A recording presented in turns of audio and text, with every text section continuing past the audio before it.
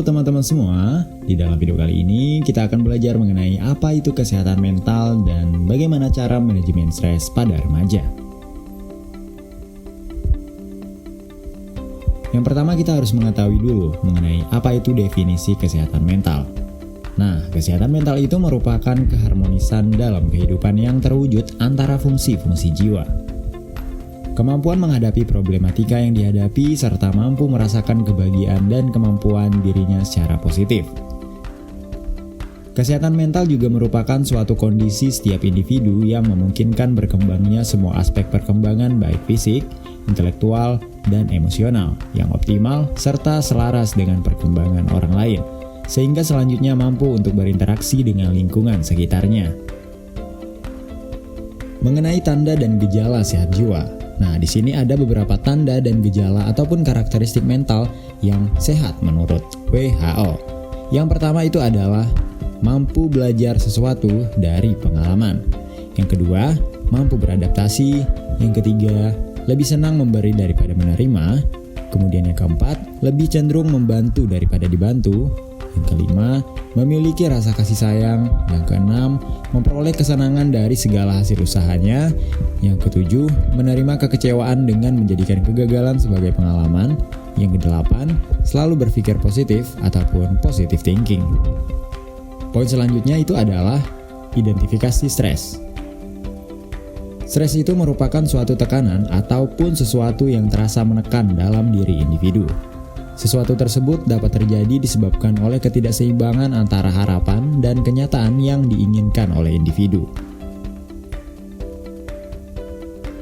Nah, di sini kita akan melihat ada 3 sumber yang dapat dimasukkan dalam kategori stresor, yaitu adalah frustasi, konflik, dan tekanan ataupun pressure. Yang pertama adalah tekanan ataupun pressure. Tekanan bersumber dari dalam diri, misalnya ambisi, ataupun dari luar diri, misalnya kompetisi di lingkungan. Bahkan dapat berupa gabungan keduanya. Apabila terlalu keras menuntut diri sendiri, itu akan muncul perilaku self-defending, di mana diri kalah dengan tuntutan diri sendiri yang berlebihan, misalnya pada orang perfeksionis.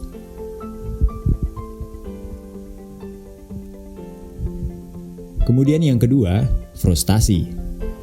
Muncul karena adanya hambatan terhadap motif ataupun perilaku kita dalam mencapai tujuan.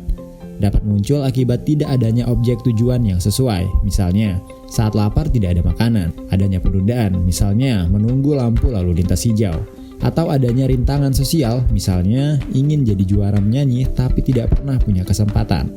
Sumber frustasi dari dalam diri individu yaitu tidak punya kemampuan, rendahnya komitmen, rendahnya kepercayaan diri, perasaan bersalah, karakteristik individu, ataupun jenis kelamin, warna kulit, dan sebagainya. Yang ketiga, konflik. Muncul ketika individu berada dalam kondisi di bawah tekanan untuk merespon 2 atau 3 lebih dorongan yang saling bertentangan secara bersamaan. Konflik dibedakan berdasarkan nilai dari masing-masing pilihan. Jika pilihannya memiliki tujuan yang positif bagi individu, maka dinamakan sebagai approach tendency. Sedangkan jika pilihannya memiliki tujuan negatif, dinamakan avoidance tendency. Setelah kita mengetahui mengenai apa itu definisi, bagaimana tanda dan gejalanya, serta bagaimana cara mengidentifikasinya, kita lanjutin ke poin berikutnya, yaitu bagaimana cara manajemen stres. Manajemen stres adalah strategi yang dapat dilakukan untuk meminimalisir dampak buruk stres dan memaksimalkan stres untuk meningkatkan potensi diri demi prestasi dan untuk kerja yang optimal. Di sini ada beberapa manajemen stres yang dapat dilakukan untuk mengatasi stres yang sedang dialami. Yang pertama, guide imagery. Pertama-tama, atur posisi dalam keadaan santai. Kemudian, atur posisi dapat dilakukan secara duduk ataupun tiduran. Instruksikan untuk menyilangkan kaki, tutup mata, atau fokus pada satu titik atau suatu benda di dalam ruangan. Fokus pada pernapasan perut, kemudian instruksikan untuk menarik napas dalam dan pelan. Kemudian, tarik napas sedikit lebih dalam dan lama, serta tetap fokus pada pernapasan dan tetapkan pikiran bahwa tubuh semakin santai dan lebih santai. Instruksikan untuk merasakan tubuhnya menjadi lebih berat dan hangat dari ujung kepala sampai ujung kaki. Jika pikiran tidak fokus, ulangi kembali pernapasan dalam dan pelan. Masih di poin guide imagery, yang kedua adalah sugesti khusus untuk berimajinasi. Instruksikan untuk memikirkan seolah-olah pergi ke suatu tempat yang menyenangkan dan merasakan senang berada di tempat itu. Kemudian, instruksikan untuk menyebutkan apa yang bisa dilihat, dengar, cium, dan apa yang bisa dirasakan. Anjurkan untuk menarik nafas panjang, kemudian dihembuskan beberapa kali dan nikmati berada di tempat tersebut. Instruksikan untuk membayangkan diri seperti yang diinginkan. Kemudian yang ketiga, memberikan kesimpulan dan memperkuat hasil intervensi. Ingatkan klien bahwa klien dapat kembali ke tempat tersebut, perasaan tersebut, cara tersebut, kapan saja klien menginginkan. Instruksikan kepada klien bahwa klien dapat seperti ini lagi dengan berfokus pada pernafasan, santai dan membayangkan diri berada pada tempat yang disenangi. Keempat, kembali keadaan semula. Ketika klien telah siap kembali ke ruang di mana klien berada, klien merasa segar dan siap untuk melanjutkan kegiatan. Klien dapat membuka mata dan menceritakan pengalamannya ketika klien telah siap. Manajemen stres yang berikutnya itu adalah latihan nafas dalam. Pertama-tama adalah atur posisi klien. Klien dapat melakukan secara duduk ataupun tiduran. Instruksikan klien untuk menutup mata. Instruksikan klien untuk tarik nafas dalam dari hidung, kemudian ditahan 3-5 detik. Kemudian hembuskan secara perlahan-lahan dari mulut. Instruksikan klien untuk mengulangi 4-5 kali. Latih secara rutin 3-4 kali sehari. Lanjut ke poin berikutnya, itu adalah cara mengontrol stres. Stres dapat dikendalikan, dikelola secara baik sehingga tidak menjadi distres. Terdapat 12 langkah pengendalian stres dengan merencanakan masa depan lebih baik. Yang pertama, belajar hidup tertib dan teratur dan menggunakan waktu sebaik-baiknya. Yang kedua, menghindari membuat beberapa perubahan besar dalam saat yang bersamaan.